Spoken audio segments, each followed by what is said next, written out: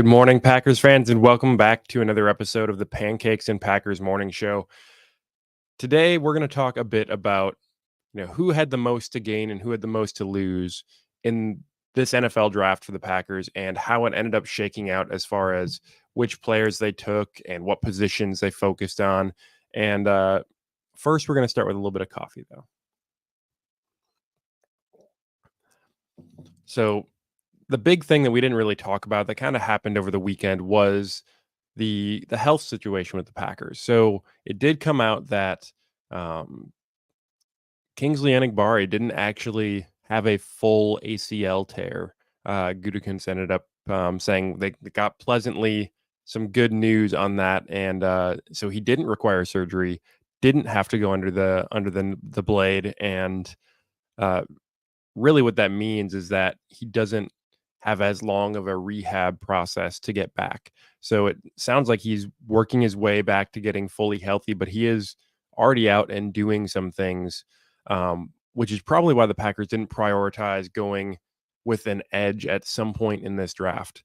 We did see an edge come up on the list as far as somebody that they're bringing in for the rookie minicamp, but we did not spend draft capital on an edge. And along that same vein, really looking at the fact that we didn't target a cornerback until really like late in the draft, literally the last pick with Kalen King, goes to show that the Packers are really happy with where this cornerback room is, and that they feel pretty good about, Stokes' health and Jair's health on that as well. And then one of the guys that we'll just go ahead and start talking about right now that I think was one of the biggest winners in this whole process was Carrington Valentine. Obviously, there's a huge vote of confidence from the Packers organization in Carrington in the fact that they didn't feel the need, with him being, potentially corner 2, potentially corner 3, depending on where Stokes is and how that all shakes out. They didn't feel the need to go and spend premium draft capital to upgrade that position. And obviously, we all saw last year, he had an outstanding rookie season, really, played well above his draft position in that class. And it wasn't that he was just good for being a 7th rounder. He was overall a good cornerback last year. And there's definitely room for growth on that. I've been a little bit on the more cautious side with that, is that, Stokes had one really good year as well. His second year didn't go as well, and then he's had injury problems since then. So your mileage may vary on Stokes, and I'm not saying that Valentine's going to go down that same path, but it is just something before we, hitch our wagon to that cart, or to that horse real quick. We end up, being a little bit cautious and have a contingency plan essentially. And Kalen King is, a good prospect that they brought in, spending very little draft capital to get a guy that should have probably gone much earlier than that. I saw some comps out on Twitter where they actually compared him to Casey Hayward, which I think is an interesting comparison. Very comparable size physically, both height and weight wise, and even their run times and play styles are pretty similar. I think that might have been Ben Fennell that called that out on Twitter. And if we got a Casey Hayward in Kalen King, that would be fantastic. I would be over the moon, even if it was just the Casey Hayward that we saw while he was limited, like for a couple years in Green Bay. That's still a really good slot corner that we had, because that's all that Green Bay let Casey Hayward do while he was with the Packers. So even if that's the case, that would be a big value add for the Packers in that cornerback room. But yeah, like I said, I think Carrington Valentine was one of those guys that got a big boost in this whole process. Conversely, in that defensive backfield, somebody that I feel like, it'll hopefully put a chip on his shoulder. I still really like what he can do out there, and he was transitioning from cornerback to safety over the last couple of years. But Anthony Johnson Jr., I think the fact that we picked up 3 safeties in this draft class is, we not only did we need the bodies, absolutely, but the fact that we're bringing all of them in, 2 of them, in the top 4 rounds. It doesn't bode well for Anthony Johnson Jr. as far as seeing the field on defense. At that point, it's going to have an uphill battle to unseat a guy like Javon Bullard or even an Evan Williams or Keaton Oladapo to be that number 3 safety probably in this defensive backfield. Benny Sapp's another guy, but Benny Sapp was already bottom of the roster, mostly a special teamer that, it was going to be a tough battle for him to work his way into a defensive lineup anyway. But some guys that are going to have some stiff competition in that defensive backfield at cornerback.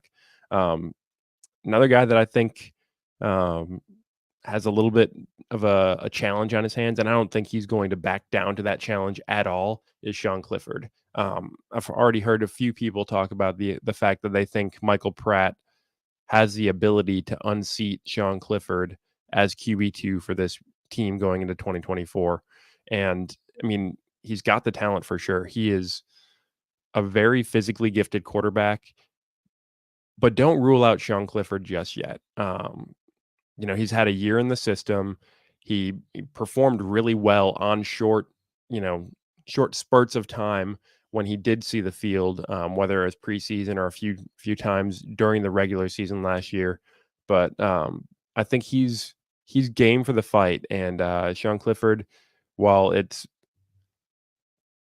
a later round pick than what he was, it's still a capital investment from the draft side to potentially unseat him. And I really look forward to the camp battle that's going to be for quarterback 2 between Sean Clifford and Michael Pratt. But definitely Alex Magoo is a loser in this case because, he's probably just going to at this point be a camp arm. And, I think he showed enough in limited time that he'll probably land on another practice squad or another team's roster in camp if he doesn't make it all the way through camp.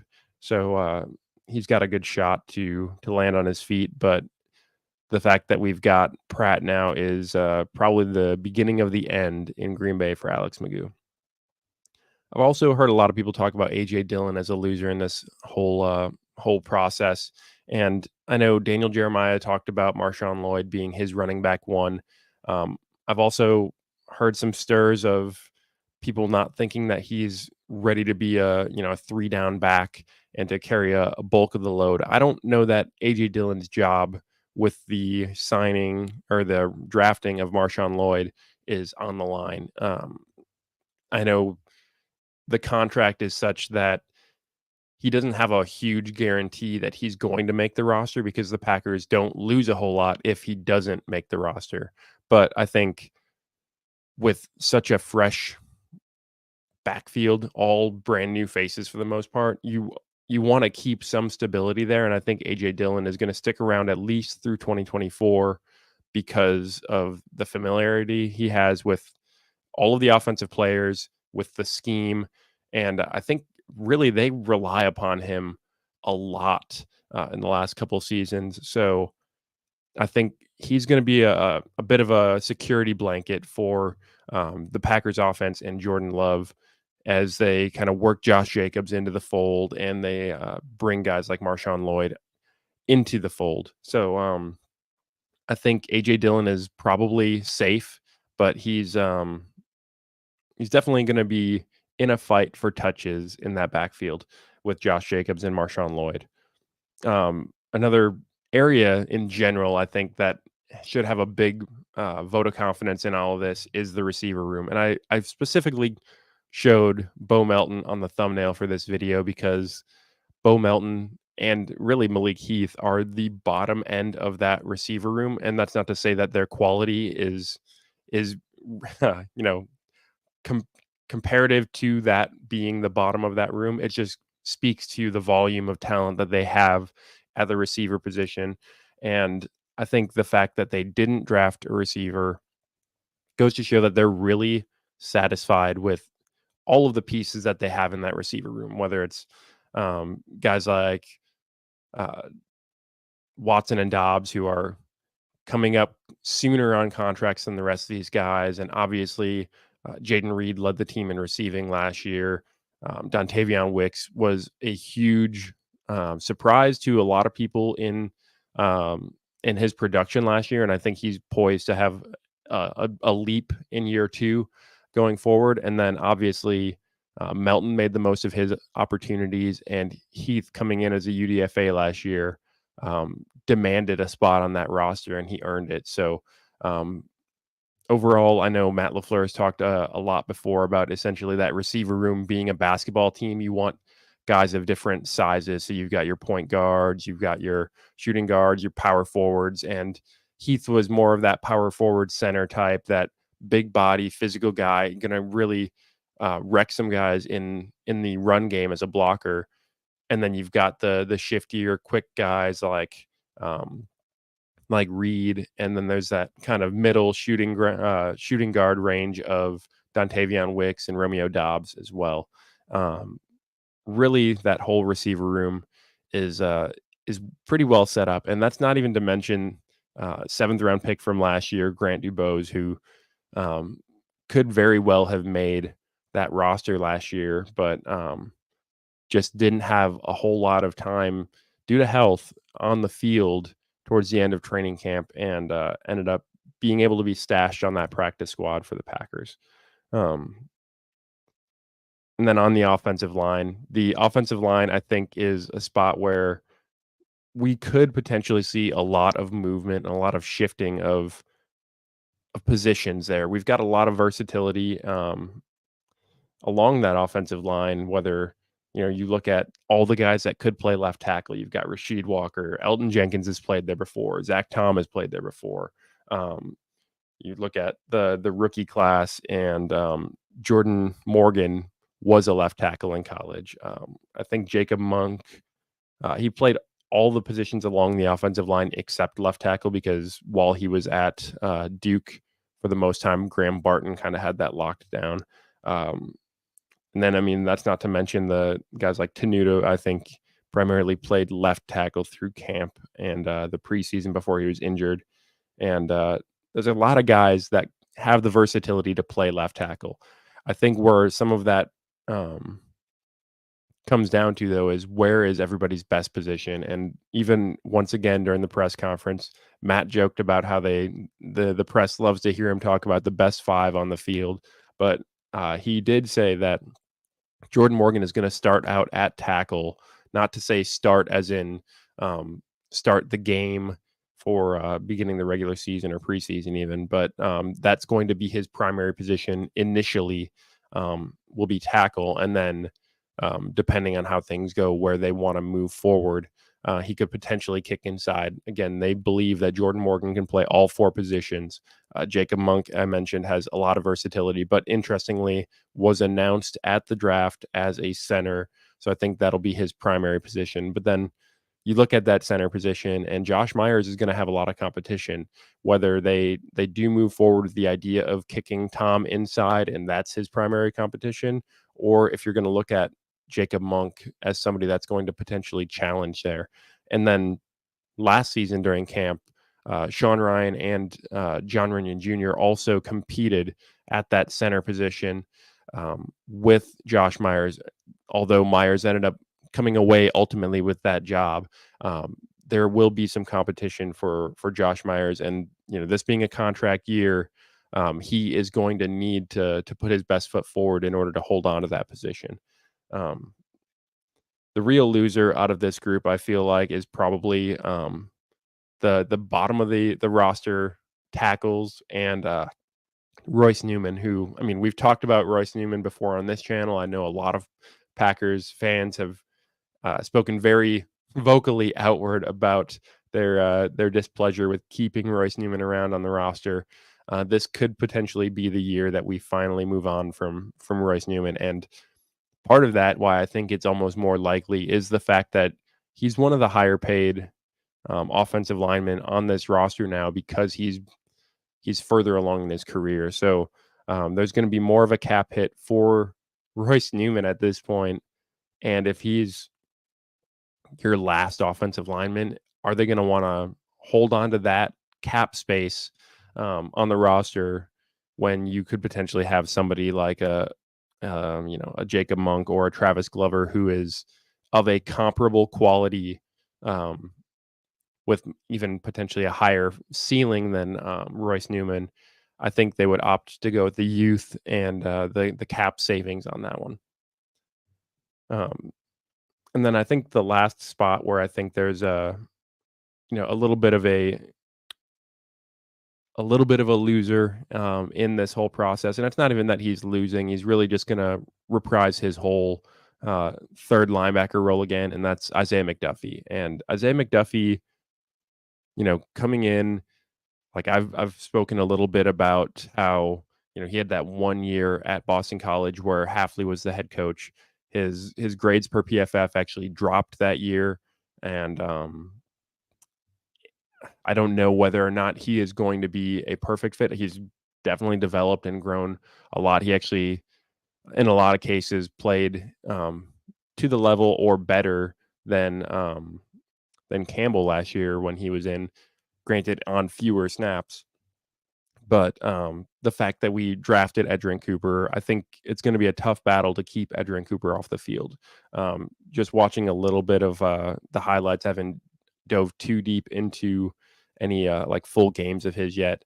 You can see the explosiveness. There's one play that I remember seeing where it was a swing pass out to a running back in the flat, and he was about 8 yards away when the ball was in the air, and maybe a half a second after the ball got there and the running back caught the ball, he dropped him for really just tossed him like a rag doll for a yard behind the line of scrimmage. So really seeing some of that downhill aggressiveness and physicality that he's going to bring, he's definitely going to have a big role in this Packers defense and really shore up some of the softness that we've had up the middle of that defense, whether it's at the linebacker or safety position. And I think that's another thing that at the safety position we're going to get out of Bullard too is some more physicality, that he's gonna come downhill and he's going to hit you. And that's not to say that Xavier McKinney won't do the same, because he is physical as well. But I think it's just a little bit more in Bullard's nature to have that physicality and come down and really bring a hit onto running backs or crossing routes, whatever it be, around the middle of the field. I think there's going to be a drastic change in how the middle of the field is defended in Green Bay, due in large part to Jeff Hafley, Edgerrin Cooper, Xavier McKinney, and Javon Bullard. I think there's going to be massive changes there, and it's going to ultimately make this Packers defense in 2024. But that's just a few of the guys who I think have something to gain or lose out of this whole process. I'd love to hear what you guys think. Who was your winner or loser in this whole process of the 2024 draft with the Packers? Leave a comment down below and join me tomorrow morning where we'll start to talk about the offensive players we added in the draft. Which of them will have the biggest impact on the Packers roster in 2024? Like I said, join me down in the comments. If you haven't subscribed yet, go ahead and subscribe, and I'll be back tomorrow morning to bring you more Packers news and discussion.